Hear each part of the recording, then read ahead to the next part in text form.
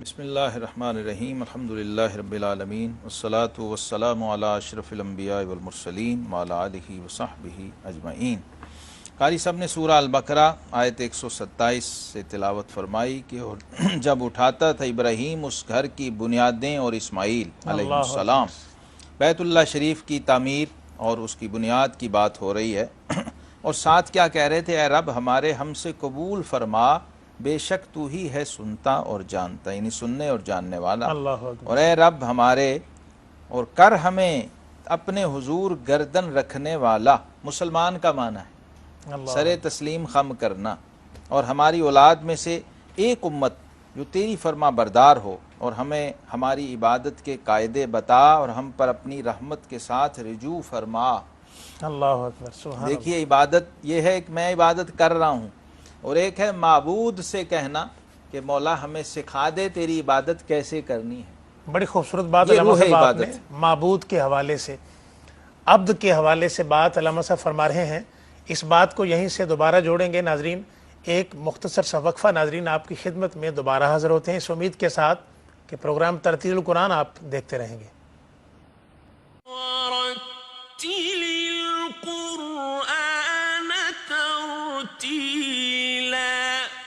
اور قرآن کو اچھی طرح ٹھہر ٹھہر کر پڑھا کرو۔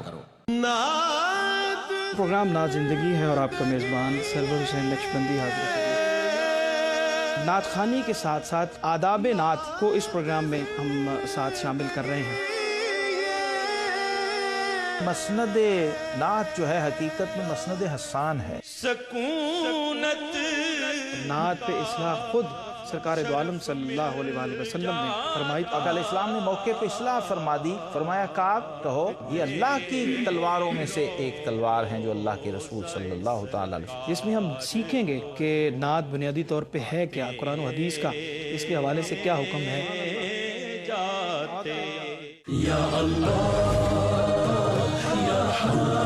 نعت زندگی ہے، دیکھیے آج رات 8 بجے۔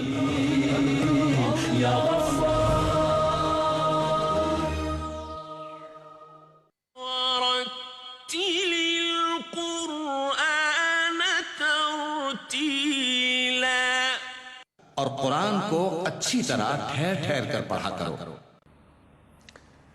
معزز ناظرین، خوش آمدید کہتے ہیں آپ کو پروگرام ترتیل القرآن میں، اور وقفے پہ جانے سے قبل بات ہو رہی تھی اللہ کی عبادت کی، اور بندے کا، عبد کا اللہ کی عبادت کرنا، اور پھر اگر اللہ وہ راستہ سجھائے، اللہ وہ طریقہ بتائے، اللہ رب العزت وہ سلیقہ بتائے کہ عبادت کس طرح کرنی ہے، محترم علامہ صاحب ارشاد فرما رہے تھے۔ اب قبولیت کی دیکھیے شرائط ہوتی ہیں۔ سیدنا علی المرتضیٰ شیر خدا رضی اللہ عنہ فرمایا کرتے تھے کہ لوگوں عمل سے زیادہ عمل کی قبولیت کی فکر کرو۔ عمل تو کر لیا، لیکن یہ گارنٹی کہاں ہے کہ یہ قبول بھی ہوا یا نہیں؟ نماز پڑھی ہے، حج کیا ہے، زکوٰۃ دی ہے، قبولیت کیسے پتہ چلے گی کہ ہوئی یا نہیں؟ اللہ اکبر۔ تو فرماتے تھے کہ صحابہ کرام، ہمارے سلف، تابعین، اتباع تابعین، یہ لوگ عمل کرنے کے بعد پھر اس فکر میں لگ جاتے تھے کہ یہ قبول بھی ہوا یا نہیں، تو رب سے دعا کرتے تھے۔ یہ ہے وہ روح جو یہاں اس آیت میں ہے، ربنا تقبل منا۔ اور یہ سنت اور یہ بنیاد رکھی سیدنا ابراہیم خلیل علیہ السلام نے، جن کی ہم ملت ہیں، جن کی نسبت سے ملت ابراہیمی ہیں۔ سبحان اللہ۔ اور ہمارے آقا و مولا علیہ السلام وہ نبی ابراہیمی ہیں، وہ بھی ابراہیمی النسل ہیں۔ نبی کریم علیہ السلام کی آل حضور صلی اللہ علیہ وسلم آپ آل ابراہیم ہیں، اس لیے ہمیں درود ابراہیمی دیا، اور ہمیں جو کعبہ تھا، قبلہ تھا، وہ بھی کعبہ ابراہیمی دیا۔ سبحان اللہ۔ ورنہ اس سے پہلے مسجد اقصیٰ کی طرف رخ کر کے نماز پڑھی جاتی تھی، لیکن آقا کریم علیہ السلام کی یہ شدت کے ساتھ تبھی طلب تھی اور خواہش تھی کہ اللہ ہمارا قبلہ بدل دے، کیونکہ یہود تانا دیا کرتے تھے کہ ویسے تو ہماری بڑی مخالفت کرتے ہو اور نمازیں ہمارے قبلے کی طرف رخ کر کے پڑھتے ہو مدینہ شریف میں۔ تو پھر آقا کریم علیہ السلام کی دعا پر سن 2 ہجری میں جب تحویل قبلہ ہوا کہ حبیب آپ اپنا چہرہ مسجد الحرام کی طرف پھیر لیجیے۔ سبحان اللہ، سبحان اللہ۔ یہ آقا کریم علیہ السلام کی شدت سے تعلق حضرت ابراہیم علیہ السلام کے ساتھ اصل میں عرض کرنا چاہ رہا ہوں جو میں، جی جی جی، یہ جو قربانی کی سنت چل رہی ہے، یہ جو حج چل رہا ہے، یہ جو اس کے مناسک ہیں، اس کی روح ابراہیمی ہے، خلت ہے اس میں، صوفیاء کی زبان میں مقام خلت۔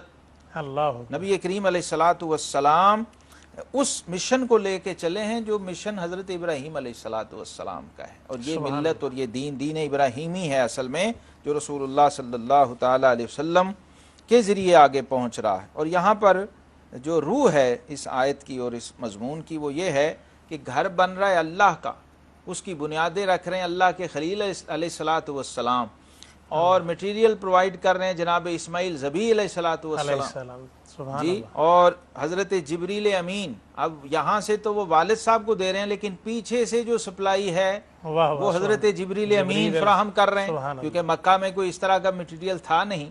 تو 5 مختلف پہاڑوں سے وہ پتھر لیے گئے، جو جناب جبریل امین علیہ نبینا علیہ السلام کی ڈیوٹی تھی کہ کوہ طور سے بھی پتھر لانا ہے، جبل نور سے بھی لانا ہے، اور باقی جو مکہ کے ارد گرد پہاڑ تھے عرب کے ان سے لانا ہے۔ تو 5 مختلف پہاڑوں سے یہ پتھر آیا، جس میں ایک روایت میں جبل احد بھی شامل ہے۔ اچھا جی، اب 5 پہاڑوں کے پتھروں سے بیت اللہ شریف کی تعمیر فرما رہے ہیں، اور جذبہ کیا ہے؟ جب گھر مکمل ہوتا ہے، کام مکمل ہوتا ہے، تو کوئی فخر کی کیفیت نہیں ہے، اللہ بلکہ تواضع ہے، عاجزی ہے، جو انبیاء کرام کا خاصہ ہے۔ معصوم ہیں، معصوم عن الخطا ہیں، اور مقام خلت پہ فائز ہیں، رب کے حکم سے اس کا گھر بنا رہے ہیں، لیکن بنانے کے بعد کیفیت کیا ہے؟ ربنا تقبل منا۔